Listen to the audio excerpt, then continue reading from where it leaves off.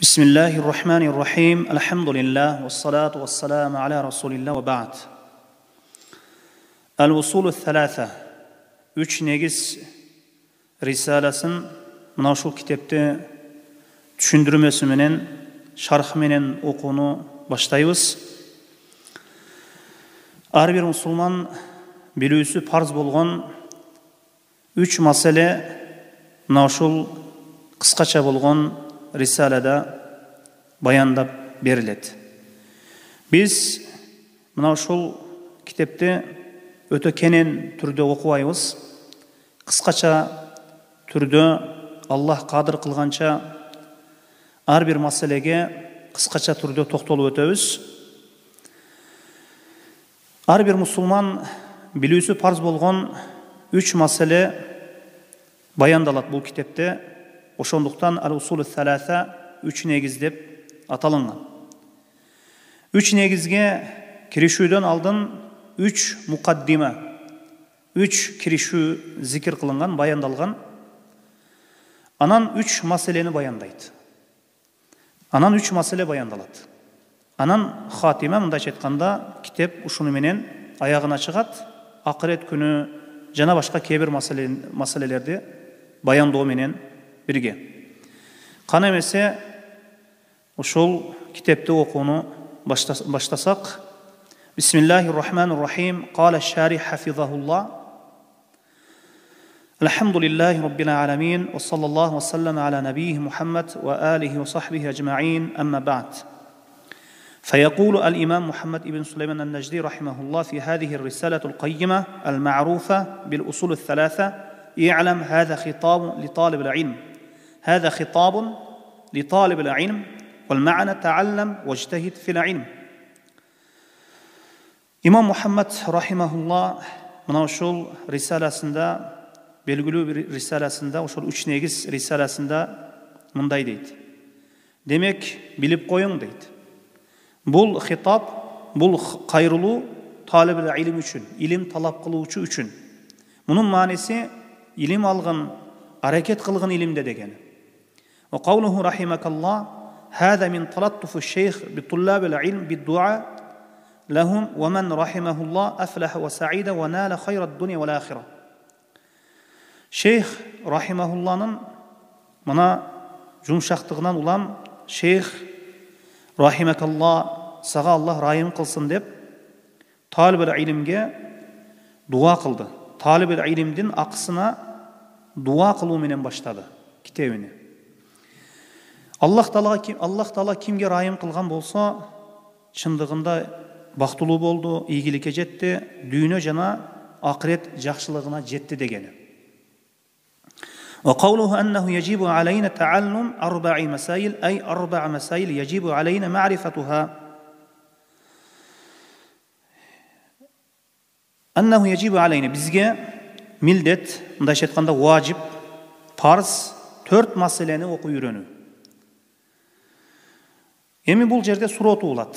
3 негиз деп ошол аталып жатат го, бирок 4 маселени билүү важип деп айтып жатат. Деп мына ушундай сурала турган болсо, бул 4 маселе мукаддима, киришүү. Ошол 3 негиз мына ошол киришүүлөрдөн кийин, ошол 3 киришүүдөн кийин башталат. Буга чейин 3 киришүү болот. 3 негизге киришүүдөн алдын 3 маселеге ар бир мусулман билүүсү милдет болгон, парз болгон 3 негизге 3 маселеге киришүүдөн алдын 3 киришүү болот. Кийин анан 3 негизге киришкен. Шейх рахимахулла бул биринчи киришүү 4 маселе. Ар бир мусулман билүүсү милдет болгон, важип болгон 4 маселе биринчи киришүү. Экинчи мукаддима, экинчи киришүү 3 маселе. Тавхид рубубия, тавхид ал-улухия, жана al-wala wal-bara. Allah üçün жақшы көрүү, Allah üçün жаман көрүү. Андан кийин Шейх рахимахулла ошол тавхид улухияга тууралуу, тавхид улухия тууралуу айтып, андан кийин 3 негизге киришкен. Кыскасы 3 негизге чейин 3 мукаддима бар, 3 киришүү бар. Ошол биринчи киришүү мына ар бир мусулман билүүсү милдет болгон 4 маселе экен. Al-ula al-ilm. Birinci mesele ошол илим экен. والعلم منه ما هو فرض والعلم منه ما هو فرض عين على كل مكلف ومنه ما هو فرض كفاية وهو معرفة الله بأسمائه وصفاته ومعرفة نبيه محمد صلى الله عليه وسلم ومعرفة دين الإسلام بالأدلة وهذه المعارف الثلاثة هي الأصول الثلاثة التي سيتكلم عنها الشيخ إجمالا وتفصيلا. Birinci mesele, oşol 4 meselenin birincisi oşol ilim eken. Bul ilim her bir Müslüman oşol bilüsü mildet bolgon, parz bolgon ilim. Emi ilim ekiге bölünöt. Dünyölük ilim jana ahiretlik ilim. Ahiretlik ilimdin dagı mындайча айтканда şariat ilimi. Şariat iliminin dagı oşol farzı ayni var. Her bir Müslüman oşol talap kılууsu mildet bolgon, vacip bolgon ilim var. Jana her bir Müslüman talap kılууsu mildet bolбогон, vacip bolбогон ilim var. Emi şariattın barısını ikir-çikirine çeyin okuga her bir adamdın çaması jetpeydi. Bul mümkün emes. Emi oşol şariattan her bir insan bilүүsü mildet bolgon, vacip bolgon ilimler var. Oşol her bir Müslüman bilүүsü mildet bolgon, vacip bolgon ilim oşol ma'rifatullah, birinci Allah'ты tanuu eken. Allah'ты ысым sıfattары менен tanuu. Andan keyin Peygamberimiz Muhammed sallallahu aleyhi ve sellem'de tanuu. Andan keyin İslam dinin dalilleri менен tanıp bilүү. Mına oşul 3 nerse aldıda mına inşallah oşol usulü selasada 3 negizde inşallah şeyh жалпы түрдө мындайча айтканда майда чүйдөсүнө чейин, икир-чикирине чейин дейбиз, майда чүйдөсүнө чейин баяндап берет. Ушул 3 нерсени. Илим дегенде ар бир мусулман билүүсү милдет болгон, важип болгон илим мына ушул экен. Илим ошол Аллахты таанып билүү жана Пайгамбарыбыз Мухаммед саллаллаху алейхи ва саллям таанып билүү жана ислам динин далилдери менен таанып билүү. Мына ушул 3 негиз. Алдыда баяндалат мына ушул нерсе, шейх бул тууралуу айтат. Экинчи маселе, 4 meselenin ikincisi الثانية العمل به. وشول ilimge amal kılуу.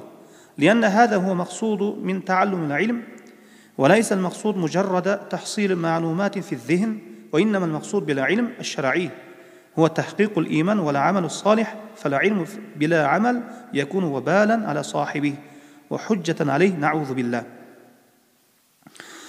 İlimden maksat, bul jerde amaldan maksat, bul jerde لأن هذا هو المقصود oşol ilim alууdan maksat amal kılуу. İlimde emne üçün alabız? Amal kılуу üçün alabız. Mına uşul maksat. İlim alууdan maksat mına uşul özü amal kılуу. Emi bul ilimden maksat oşol zehinde malumatты топтоо эмес. Жөн эле маалымат топтоо эмес, амал кылуу. Oşol bul жердеги oşol şariat ilimine amal kılууdan, oşol şariat ilimine amal kılуу, ilimin okuudan maksat amal kılуу. Emin oşol mындайча айтканда bul жердеги ilimden maksat şer'i ilim. Şer'i ilim. Erteң insan kabırga kirgen кезде жана ошондой эле акыретке барган кезде şariat iliminden insan suralat. Жана ошондой эле басап белгилеп айтчу нерсе, ар бир insan kabırga kirgen кезде мына ушул жогоруда айтканыбыздай ошол 3 негизден, 3 нерседен ошол Аллах Таала тууралуу, пайгамбары тууралуу жана ислам дини тууралуу кабырында суралат. Эми хуа тахкикул иман. Эми бул иманды чыңгырастоо, жакшы амал, бул иманды растоо жана жакшы амал. Ошол шариат илиминен дагы максат ошол иманды растоо жана жакшы амал. Ал эми илим амалсыз кайра өзүнүн ээси үчүн бале болот. Бале болот. Жана анын каршысына, анын зыянына далил болот. Алла өзү сактасын. Ошондуктан Фудайл ибн Ияз рахимахулла айтат: "Ла язалу алим жахилан хатта я'мал би илми." Киши алым жахил бойдан кала берет дейт. Качан ал өз билгенине, илимине амал кылмайынча. İza amila bihi sar aliman. Eğer ilimin amal kıla turgan bolsa alımga aylanat deydi. Fatiha suresinde dağı Allah Taala akırında 3 taypadagı adamdardı aytkan. Sıratal lezine nemte aleyhim, biz oşol tuğra joldu nemat kılıp bergenler, туура жолдогулар жана гайрил магдуби алейхим валаддалин, гайрил магдуби ошол илим болуп туруп амал кылбагандар, ошол яхудилер. Илим болуп туруп амал кылбагандар. Валаддалин жана илимсиз амал кылгандар. Киши илимине амал кылуу менен ошол яхуди насара тайпасынан мына ушуларга окшошуп калуудан чыгып кетет экен. Эми ошол 4 маселенин үчүнчүсү ат-салис ад-дa'вату илейх, ошол илимине чакыруу.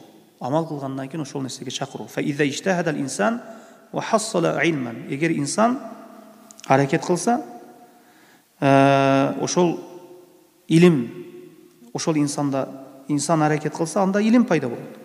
Андан кийин уамила бих, ошол илимине амал кылат. Андан кийин фаалейхи айдан, жана ошондой эле ага эми милдет ан юаллам, башкаларды окутуусу, үйрөтүүсү, ва яд'у ва я'мур ва янха ва янфa'у ал-ахарин, ланна хадихи вазифату русул ва атба'ихим. Эми инсан бир нерсени билгенден кийин, амал кылгандан кийин, эми башкаларды да чакыруу керек мына ошол жакшылыкка. Чакырат, дават кылат, жана жакшылыкка буйрат, жамандыктан кайтарат. Башка адамдарга пайдасы тийүүсү керек. Ошол пайда тийүү керек да. Шарият ирими жашыруун бойдон калып кетпеш керек. Калып кетпөөсү керек. Ошол сөзсүз башкалар бир пайдасын көрүш керек. Анткени бул пайгамбарлардын вазифасы болгон дават. Жана аларды ээрчүүчүлөрдүн вазифасы, мындайча айтканда милдети болгон. Ар-рабия ас-сабр ала ал-азафих. Эми 4-чү маселе ошол билүүбүз важип болгон 4-чү маселе ошол кыйынчылыктарга сабыр кылуу. لأن من تصدى لدعوة الناس وأمره ونهيهم عمن تعودوه لابد أن يحصل له منهم أذى بالكلام وبالفعل، فلا بد له من الصبر على ذلك. وهكذا قال الله تعالى لنبيه صلى الله عليه وسلم: ولقد كذبت رسل من قبلك فصبروا على ما كذبوا وأوذوا حتى أتاهم نصرنا. Анткени киши адамдарды жакшылыкка чакырып, жамандыктан кайтарган кезде сөзсүз ошол инсанга адамдар тарабынан зыян болот. Айрыкча аларды адаттанып калган нерседен кайтарган кезде, адаттанып калган нерседен амма таауду дегени адаттанып калган нерседен кайтарган кезде, мисалы үчүн Куран сүннөткө чакырган кезде, алардын нафсилери адаттанып калган нерседен кайтарган кезде, ата бабабыздын жолунан кайтпайбыз деп кебирлери туруп алат. Ата бабабыздын жолун кантип таштайлы деп туруп алат. Анткени ошол нерсеге адаттанып калышкан. Эми мына ушундай адаттанып калган нерседен адамдарды кайтарган кезде сөзсүз алар тарабынан сөз менен же кыймыл аракет менен сөз менен сөзсүз зыян жетет дават кылуучуга. Ошондо сөзсүз сабыр кылуу керек. Мына ушул Аллах Таала өзүнүн пайгамбарга дагы мына ушул нерсени айткан. Чындыгында о Мухаммад, сенден мурдагы элчилерди дагы жалганга чыгарышкан. Ошол биздин жардамыбыз келгенге чейин аларга жеткен зыянга жана жалганга чыгарууларына алардын сабыр кылышкан дейт. Эми сабыр ошол 4 маселенин ар биринде керек. Алгачкы илим алууда сабыр керек. Азыркы кезде илим алуу өтө кыйын, мындайча айтканда. Мындайча айтканда баары нерсе жеңилдеп турса дагы, мисалы үчүн адамдар сааттап ошол телефондо отурат.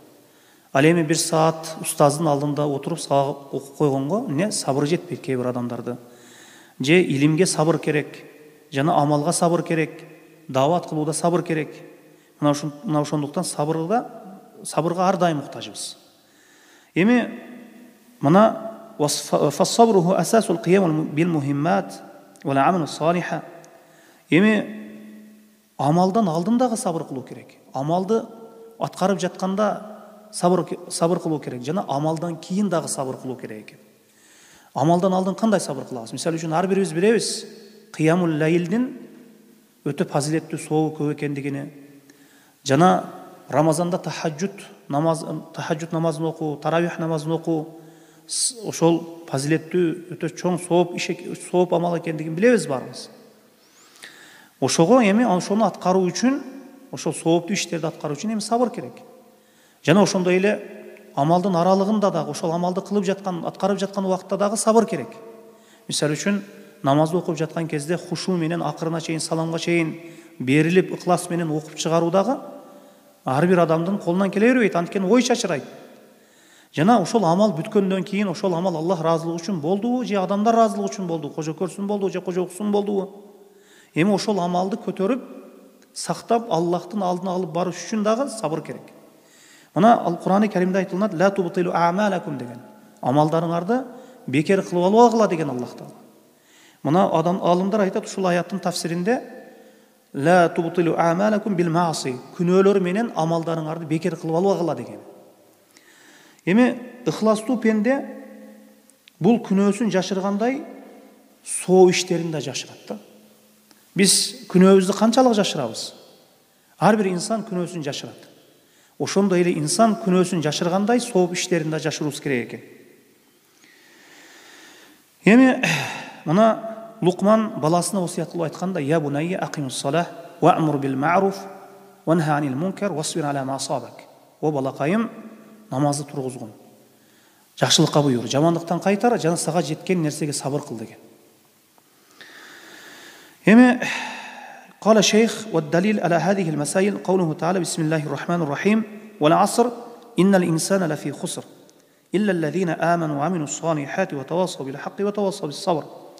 فهذه السورة 3 آيات. Эми الشيخ رحمه الله دليل келтирип атат. Шейх далилге үйрөтүп жатат. 4 маселеге далил келтирди. Шейх рахимахулла далилге үйрөтүп жатат. Ар бир инсан далил менен сүйлөш керек. Далил бул Аллах жана анын элчиси айтты деген нерсе далил болот. Мына аср, асырга ант дейт. Асыр тууралуу эми алымдар, тафсир алымдардын ортосунда 3 түрдүү пикир бар. Кээ бир алымдар асыр менен асырга ант деди Аллах Таала, асыр заманга ант деди. Дагы бир алымдар айтат асыр намазына дейт. Кээ бир алымдар айтат асыр убактысына дейт. Эми туурарагы көпчүлүк алымдар алганы айтканы ошол заманга ант дейт. Чындыгында инсан баласы зыянда дейт. Аллахка иман келтирген, жакшы сооп иштерди жасаган, жана акыйкатты бири-бирине осият кылгандар, жана сабырдуулукту бири-бирине осият кылгандар зыянда эмес дейт. Мына ушул сүрө 3 аяттан турат. Ал-ула qawluhu ta'ala wal 'asr wa hadha qasamun min Allah wallahu subhanahu wa ta'ala yuqsamu bima sha'a min khalqihi wal 'asr huwa ad-dahr al-mukawwan min al-layali wal ayyam wash-shuhur wal a'wam wa huwa 'umru al-insan wa huwa maydanul 'amal wa huwa maydanul 'amal. Биринчиси мына Аллах Таала заманга ант деди, доорго ант. Бул Аллах Таала тарабынан касам. Аллах Таала анттап жатат. Аллах Таала ару Аллах Таала өзү каалаган жаратылган нерселер менен анттай алат. Каалаганы менен анттайт. Эми Аллах Таала анттаган нерсе өтө маанилүү нерсе. Биз буга көңүл каратуубуз керек. Акыл калчуубуз керек. Вал аср заманга ант. Аср бул заман. Эми биз Аллах Таала өзү жаратылган мына Кур'ан-ы Кәримде кээ бир сүрөлөрдө Аллах Таала күлүк аттар менен, ошол Мекке менен, Каба менен, мына бул жерде заман менен анттаган. Эми биз жаратылган махлуктар, биздер махлуктар, инсан баласы анттаган кезде Аллахтын ысмы менен гана валлахи таллахи биллахи деп Аллахтын ысмы менен антташ керек. Касам ичүү керек. Мисалы үчүн кээ бирлер нам менен, бычак менен касам ичет, же атасынын арбагы менен. Бул баарысы ширк болуп саналат. Бул күнөө. Эми асыр дегени бул доор, заман, бул күндөрдөн, түндөрдөн, жана айлардан, жылдардан турган нерсенин заман дейбиз. Доор дейбиз. Бул доор, заман, бул инсандын өмүрү. Бул инсан өмүрү, бул майдан, амал кылуу майданы дейт. Ошол амал майданы. Инсан өмүрү амал майданы дейт. Ал-аяту т-тани, экинчи аят, каулуху таала иннал инсана лафи хуср. Чындыгында инсан баласы зыянда. هذا هو المقسم عليه وآل هنا للجنس والمعنى أن كل إنسان في خسارة والخسر ضد الربح إلا من استثنى الله بقوله إلا الذين آمنوا وعملوا الصالحات وتواصوا بالحق وتواصوا بالصبر. Экинчи аят мына айттык, чындыгында инсан баласы зыянда. Бул касам мына ушул маселе менен ичилип жатат. Аллах Таала заман менен касам ичип жатат. Бул инсандагы ошол алиф-лам жинс үчүн. Мааниси ар бир инсан зыянда дегени. Бул хусур ошол зыяндын тескериси бул пайда. Бир гана Аллах Таала ошол бөлүп койгон адамдар гана зыянда эмес дейт. Биринчиси ошол бөлүп койгондор кимдер? Илля менен бөлүнүп атат. Иститна ошол Аллахка иман келтиргендер, иманы барлар, иманы ошол илимге негизделгендер, жана ошол амалына, илимине ошол иманын амал кылгандар. Мындайча айтканда биринчиси Аллахка иман келтиргендер, жана жакшы салих амалдарды жасагандар, жана ақиқатты осият қылғандар, жана сабырдуулукту бири-бирине осият кылгандар, бири-бирине осият кылгандар. Мына ушул фаман хаққа хадихил аркан ал-арба фаза бир-рибхил азим ва нажа минал хусран фахаззул инсан минар риб бихасби хаззихи мин хадихил хисал ал-арба. Ким мына ушул 4 сыпатты өзүндө өздөштүргөн болсо, растаган болсо, чындыгында ал өтө улуу жеңишке, өтө жулуу бир пайдага жетти. Ошол зыяндан кутулду деген. Жана кишинин зыяндан кутулуп кетүүсү мына ушул 4 сыпат менен сыпатталуусуна карап болот. Кимде ушул 4 сыпат көп табылса, зыяндан кутулуусу жеңил болот. Иллаллазина аману, Аллахка иман келтиргендер. Мына, ал иман ла якуна илля бил илм. Бул жердеги иман деп атат. Иман илимсиз болбойт. Илимсиз иман болушу мүмкүн эмес дейт. Ва амилус салихат, жана жакшы амалдарды жасагандар дейт, кылгандар. Ва хада самаратул илм вал иман. Бул илим менен имандын жемиши дейт. Фаман разакахуллаху илм вал иман амила салихат. Ким ошол Аллах Таала илим менен, иман менен, ошол жана жакшы амалдар менен, кимде Аллах Таала илим менен, иман менен рызкылаган болсо дейт. Жана жакшы амалдар менен рызкылаган болсо дейт. Эми бул жерде фаман разакахуллаху илм вал иман. Кимде Аллах Таала илим менен, иман менен рызкылаган болсо дейт. Эми илим дагы, иман дагы рызкы экен. Бизде рызкы деселе ошол бай адамдын колундагы мал мүлктү түшүнөбүз. Мал мүлктү, акчаны рызкы дейбиз. Ушул рызкы. Ошол канча деген адамдар бар, миллиардер, миллионер, бирок аларда иман сыпаты жок. Канча деген адамдар бар, ошол миллионер, бай, бирок аларда илим жок. Бирок Аллах Таала алардан айырмалап илим берип койгон болсо, иман берип койгон болсо, бул дагы өтө бир улуу даража. Жана жакшы амалдарды жасагандар дейт. Ва тавасау бил хак. Фаман разакахуллаху илм вал иман ва амилус салихат. Мына Аллах Таала кимди илим менен, иман менен, жакшы амал менен рызкылап койгон болсо, бул дагы өтө бир чоң бир жеңиш. Ва тавасау бил хак, ай насаха ба'духум ба'дан ва заккара ба'духум ба'дан вал хакку яшмилул илм вал иман вал амилус салих. Эми бири-бирине акыйкатты осият кылгандар дейт. Бири-бирине дайым осият, насихат кылгандар бири-бирине. Акыйкат бул ошол чындык, илимди дагы, иманды дагы өз ичине камтыйт. Жана салих амалды дагы өз ичине камтыйт. Ва тавасау бис сабр, ауса ба'духум ба'дан бис сабр. Жана бири-бирине сабырдуулукту осият кылгандар. والتواصي بالحق والتواصي بالصبر هما من جملة عمل الصالح وهو يدخل في الإيمان فهذه الأمور الأربع بعضها يدخل في بعض فعطف الأعمال الصالحة على الإيمان وعطف التواصي على عمل الصالحات كلها من عطف الخاص على العام. Бұл қандай? Мына ушул орундагы акыйкатты бири-бирине осият кылуу, сабырга осият кылуу, салих амалга көрө салих амалга кирет. Мына ушул орундагы акыйкатты бири-бирине осият кылуу жана сабырга осият кылуу, салих амалга кирет. Амал болсо иманга кирет дейт. Кээде Аллах жалпы сөздү айтып, аамды айтып, ошол аамдын ичине кире турган кээ бир афраттарды айтып, өзүнчө айтып, атып кылат. Мисалы үчүн буга мисал келтирсек, хафизу аля салавати ва салатул уста. Аллах Таала айтты, намаздарды сактагыла жана ортоңку намазды дагы сактагыла деди. Ушул орунда атфул хас алал аам. Ошол намаздарды сактагыла жана орто намазды дагы деп айтты. Эми мында аамды айтып, хасты зикир кылды.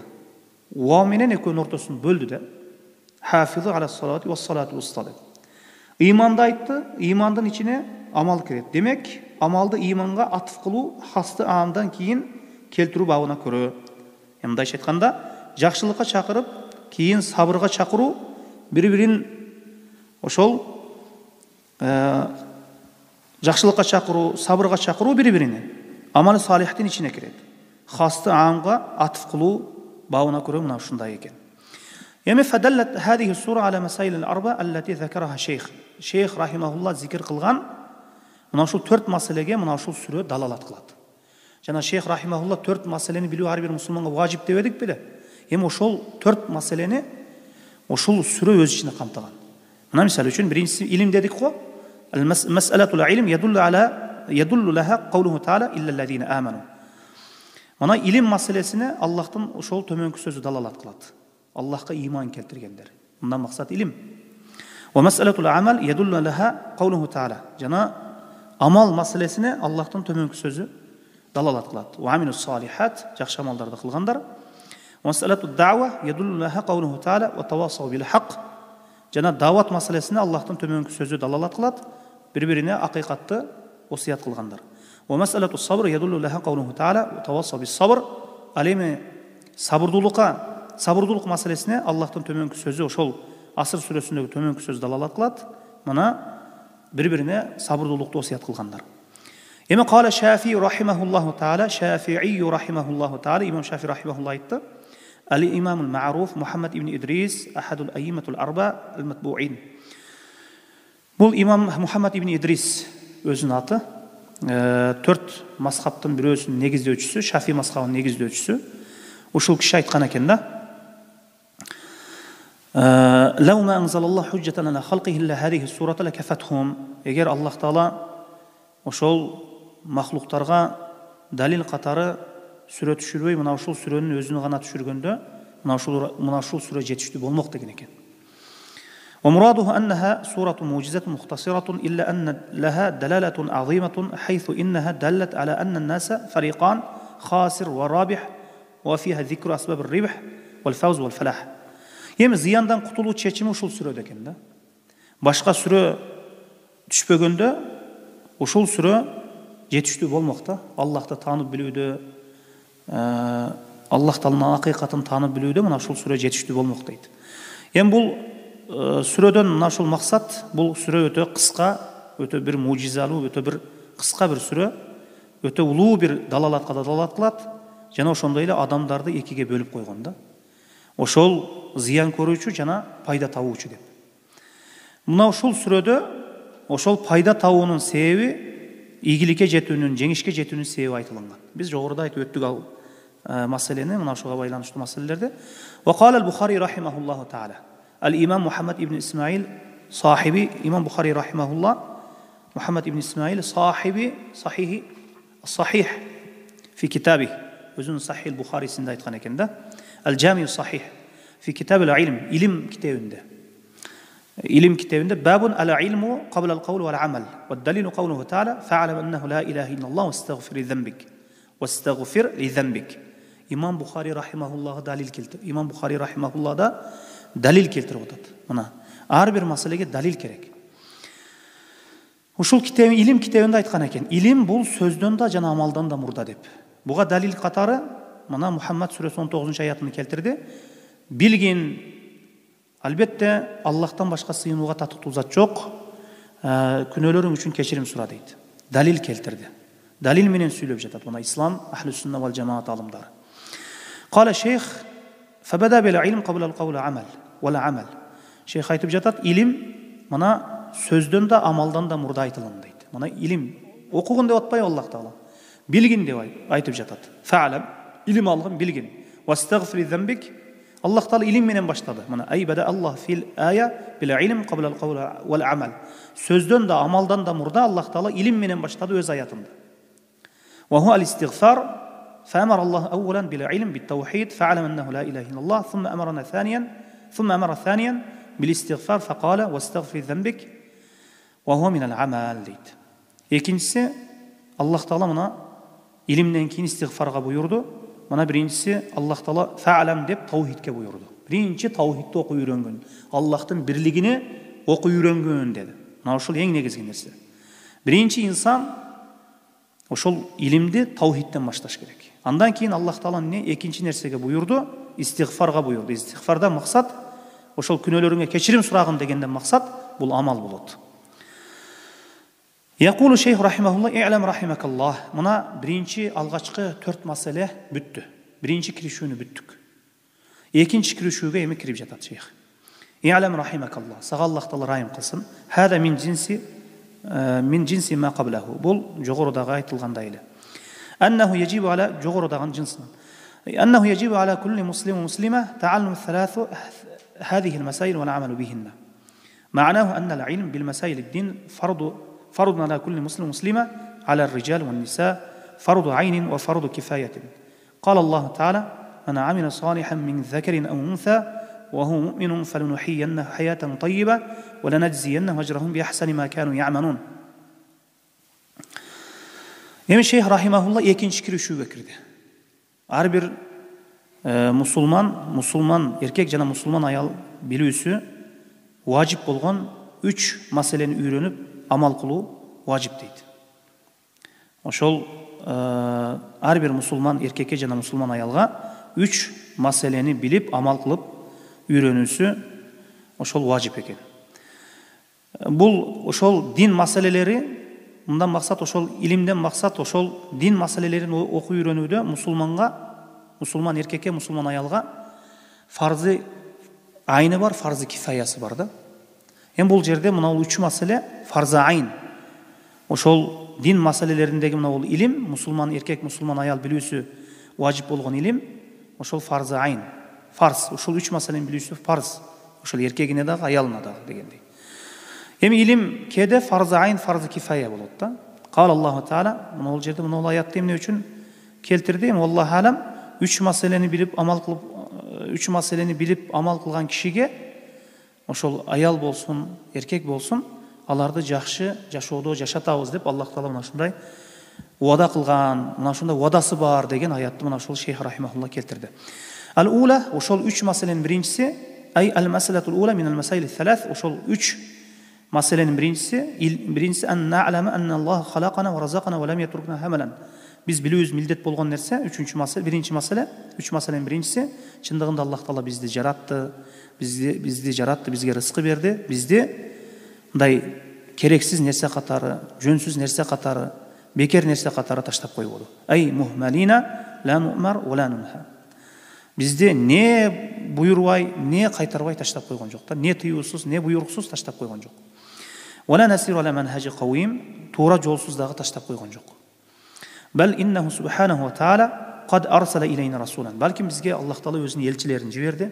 Bil huda haqiqat menen va dinil haq, haqiqat din menen. Faman ataahu dakhala al janna wa nasahu dakhala an nar. Kim ошол пайгамбарга баш ийген болсо, бешке кирет, ким күнөкөр болгон болсо, тозокко кирет дейт. Бул Аллахтын рубубиятына иман келтирүү, таухид рубубия дегени.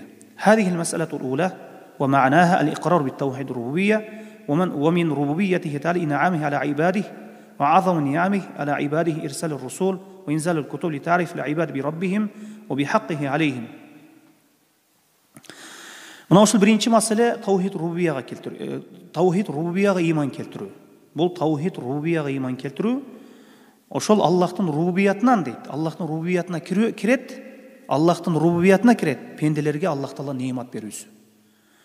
Жана Аллах Тааланын ошол пендеге берген эң улуу неиматы ошол элчилерди жиберүүсү, китептерди түшүрүүсү, жана ошол пенделер Раббисин таанып билүүлөрү үчүн, жана алардын акысын, алардын үстүндөгү Аллахтын акысын билүүлөрү үчүн дейт.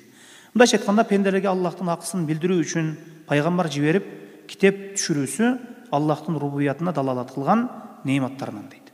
Кала ва далилу ала хадихил мас'ала. Мына бул маселеге дагы далил келтирди. Каулуху таала инна арсална илейкум расулан шахидан алейкум كما أرسلنا إلى فرعون رسولا فعصى فرعون الرسول فأخذنا أخذا وبيلا. فاستدل على رسالة بقوله تعالى إن أرسلنا إليكم رسولا أي أرسل تعالى إلى الناس محمد صلى الله عليه وسلم. Буга далил, биринчи маселеге далил Аллах Тааланын төмөнкү сөзү. Чындыгында биз Фираунга элчи жиберген сыяктуу эле силерге дагы үстүңөрдөн, силерге күбө болуу үчүн силерге дагы элчи жибердик дейт. Силердин үстүңөрдөн күбө катары Фираунга элчи жиберген сыяктуу эле элчи жибердик дейт. Фираунга элчи келген кезде Фираун ошол элчиге, Аллахтын элчисине Муса алейхиссаламга күнөөкөр болду. Биз аны каттуу азап менен алдык дейт. Мына ушул фастадалла ала рисала би каулихи таала инна арсална илейкум расула. Мына чындыгында биз элчи жибердик дейт. Кимди бул инна арсална илейкум расула. Биз силерге элчи жибердик. Мындайча айтканда Мухаммад саллаллаху алейхи ва салламды жибердик силерге деген. Кәме арсална иля фирауна расула ва хуа Муса ва Харун. Муса менен Харунду фираунга жиберген сыяктуу эле дейт. Фааса фирауну расула ай каззаба фирауну Муса ва Харун. Муса менен Харунга фираун фираун жалганга чыгарды дейт. فحشر فنادى فقال أنا ربكم الأعلى قال تعالى فأخذناه أخذا وبيلا أخذه الله أخذا وبيلا أي شديدا بأن أغرقه وجنوده في البحر فالمعنى فاحذروا أن تكذبوا رسولكم فيأخذكم كما أخذ فرعون فأخذه الله نكال الآخرة والأولى فأخذه الله نكال الآخرة والأولى موسى منن هارونغا فرعون күнөөкөр болуп мындайча айтканда аларды жалганга чыгарды. Ошондо адамдарды топтоп анан айтты: "Мен силердин улуу Раббиңер боломун" деди. Анан Аллах Таала аны айтат: "Биз аны каттуу азап менен алдык" дейт. Мындайча айтканда каттуу азап менен алдык. Аны өзүнү жана аскерлерин деңизде чөктүрүп жиберди дейт. Мунун мааниси силер да өзүңөргө келген пайгамбарды жалганга чыгаруудан этият болгула. Фираунга жеткен азап силерге, Фираунду ошол жеткен азап силерди дагы алып койбосун. Фираунду кармаган азап силерди дагы кармап койбосун дегендей. Мына Аллах Таала Фираунду дүйнө жана акырет азабы менен алды дейт. وَالدَّلِيلُ أَنَّ اللَّهَ خَلَقَنَا وَرَزَقَنَا قَوْلُهُ تَعَالَى اللَّهُ الَّذِي خَلَقَكُمْ ثُمَّ رَزَقَكُمْ. Мына Аллах Таала бизди жараткандыгына жана рызкы бергендигине Аллахтын төмөнкү сөзү далил. Аллах Таала силерди жаратты, силерге рызкы берди дейт. Бул ар бир мусулман эркек жана мусулман аял билүүсү важип болгон биринчи маселе болду. Кыскасы бул таухид рубубия экен. Экинчи маселе анналлах ла ярда ан юшрака мa'hu ahadun fi ibadatihi la malakun muqarrabun wa la nabiyyun mursalun. Аллах Таала өзү менен бирге бир нерсени ошол ибадатта шерик кошулуусуна разы болбойт дейт. Ал шерик келтирилген зат Аллахка жакын периште болсун, же пайгамбар болсун, айырмасы жок. Элчи болсун, пайгамбар болсун, айырмасы жок.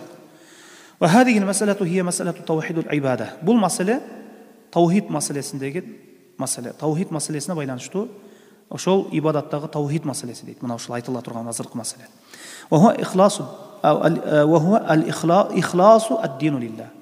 Динди калыс Аллах үчүн кылуу керек. Ифрадуллах била ибада. Аллахты ибадатта жалгыздоо керек. وصرف جميع أنواع العبادة له سبحانه وتعالى. عبادة بار تريله الله خارنو كريك. فلا يجوز أن يشرك معه في عبادته. عبادة عن نزن شرك قشو دروس مس. لا ملك مقرب ولا نبي مرسل وما دونهما من باب الأولى. Al perişte bolsun, bir jiberilgen paygambar bolsun, elçi bolsun, ayırması çok. Ошол ибадатта шерик кошулуусуна пайгамбардын же бир элчинин же ошол периштенин шерик кошулуусуна разы болбогондон кийин Аллах Таала башкаларды айтпай эле коелу. Ташты шерик кошуп, ташты шерик кылышып атат азыркы кезде, ибадат кылган кезде адамдар тумарды шерик кылышат. Жана ибадатта шерик кошушат, мындайча айтканда ширк келтиришет. Мисалы үчүн тоо, таштарды, көлдөрдү, мазарларды. Бул нерсени бул барысы ширк. Буга Аллах Таала разы болбойт. وَالدَّلِيلُ قَوْلُهُ تَعَالَى وَأَنَّ الْمَسَاجِدَ لِلَّهِ فَلَا تَدْعُوا مَعَ اللَّهِ أَحَدًا. Чындыгында мечиттерде Аллах Тааладан башка эч кимди чакырбагыла деди. Ахадан деген накира. Неопределенный форма менен келди да, накира. Бисияк нахи. Ошол бул туфидул умум. Мындайча айтканда эч бир нерсени Аллахка ширк кошпогула. Мындайча айтканда эч бир нерсени Аллах менен кошо чакырбагыла дегени да. Аллах менен кошо ибадат кылбагыла. Аллахка дуа кылганда Аллахка шерик кошпогула. Аллахка ибадат кылганда Аллахка шерик кошпогула. Аллах Таала менен бирге башка бир нерселерди чакырбагыла деген. Фанаха ан дуа гайриhi субхана. Аллах Таала башка бир нерселерге дуа кылуудан кайтарды. Фатадамманат ал-мас'алату ал-ула توحيد الربوبية وتضمنت المسألة الثانية توحيد العبادة ولا يكون الإنسان مسلما حتى يقر بالتوحيدين جميعا فلا يكفي الإقرار بالتوحيد الربوبية فقد أقر به المشركون ولم يدخلهم في الإسلام. Мына ушул биринчи маселе жанагы жогорудагы ар бир мусулман билүүсү болгон 3 маселенин биринчиси таухид рубубия. Мына ушул биринчи маселе таухид рубубияны өз ичине камтыйт. Экинчи маселе таухид ал-ибаданы өз ичине камтыйт. ибадаттағы таухид өз ішіне қамтиды. Мұсылман киши мына ушул таухидтин эки түрүнүгө иман келтирмейин, растабайын, чыныгы мусулман болбойт. Ошондуктан таухид рубубияны өзүнө иман келтирип коюу жетишсиз. Анткени муну капырлардагы жокко чыгарбайт. Анткени капырлардагы Аллах жаратуучу, рызык берүүчү, өлтүрүүчү, тирилтүүчү, башкаруучу деп айтышат. Иман келтиришет. Муну мушриктер дагы моюндаган. وَلَئِنْ سَأَلْتَهُمْ مَنْ خَلَقَ السَّمَاوَاتِ وَالْأَرْضَ لَيَقُولُنَّ اللَّهُ. Ey Muhammed, егер Мекке мушриктерине асман менен жерди ким жараткан десең, алар Аллах деп жооп беришет деген. Бирок бул аларды таухид рубубияны, Аллахты жаратуучу, рызык берүүчү, өлтүрүүчү экендигин моюндоолору, мына ушул нерсеге ишенүүлөрү мушриктерди исламга алып кире албады.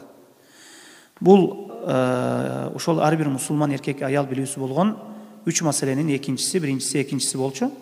Эми үчүнчүсүгө иншаллаху таала убакыт жетпейт, иншаллаху таала. Убактыбыз түгөп калды. Аны иншаллах келерки сабакта окуйбуз. Аллах насип кылса. Субханакаллаху ва бихамдика, ашхаду ан ла илаха илля анта, астагфирука ва атубу илейк. Валлаху а'лам.